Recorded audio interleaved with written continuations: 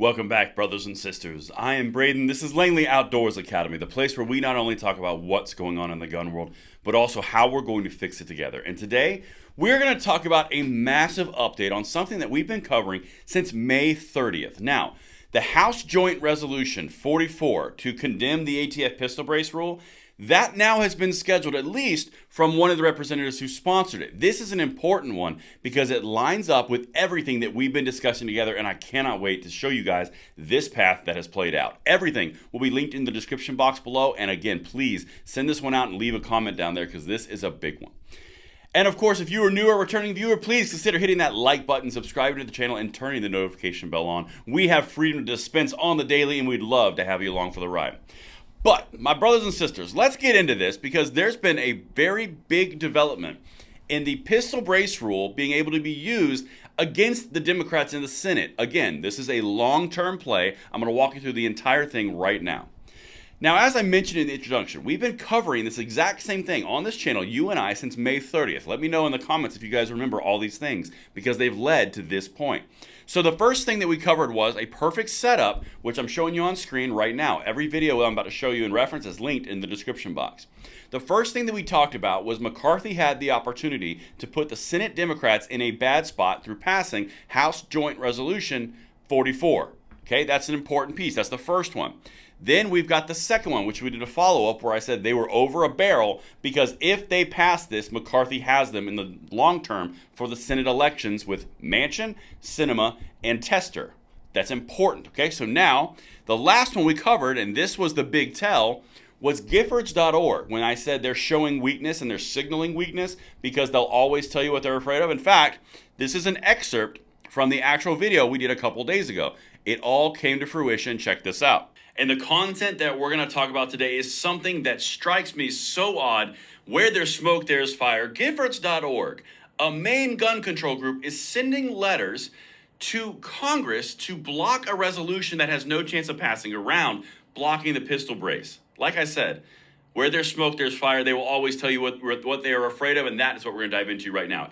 Now, that's an excerpt from one of the videos that's linked in the description box. We did it a couple days ago. The reason that I bring that up is it reinforces the point they will always tell you what they're afraid of, and they will always show smoke and where there's fire, because now what they were afraid of and what we covered is coming to pass. This is massive because this is what we're talking about right here, the House Joint Resolution 44. Now, the ATF did the pistol brace rule, and now there's a House membership. Well, basically, there's a House vote that's scheduled for next Tuesday. I'm about to show you the tweet in a second. This is important because while it has zero chance of becoming law and affecting the pistol brace rule, it's not going to pass the Senate, and Biden would have to sign it to become law. That's not the important piece. This is now a leverage point because if it passes the House, it has to go to the Senate. It goes to the Senate, Manchin, West Virginia, Sinema, Arizona, and Tester in Montana. Those three people, those are incredibly important people because once you get those, put some pressure to vote against gun rights, specifically this ATF pistol brace rule, you're going to get them you're basically going to translate some pressure into the electorate.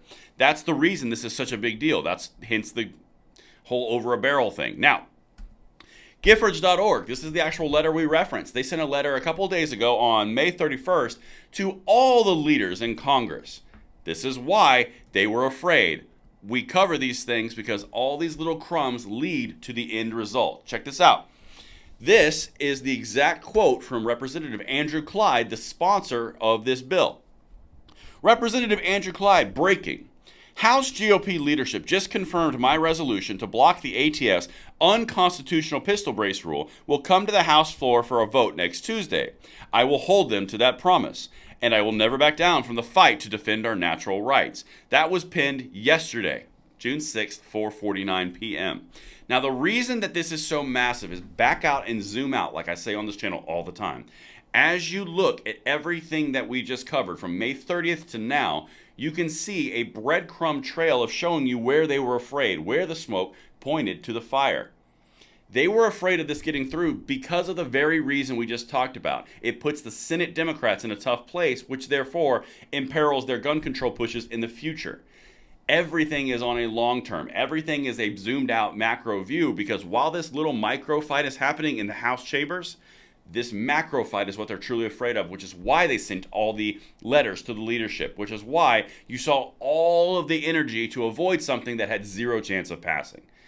That is what we cover on this channel. This is amazing news. I will keep you updated. Make sure you subscribe and like the video and send this one out, and I will talk to you on the next one. Thank you so much. I'm Braden. See you later.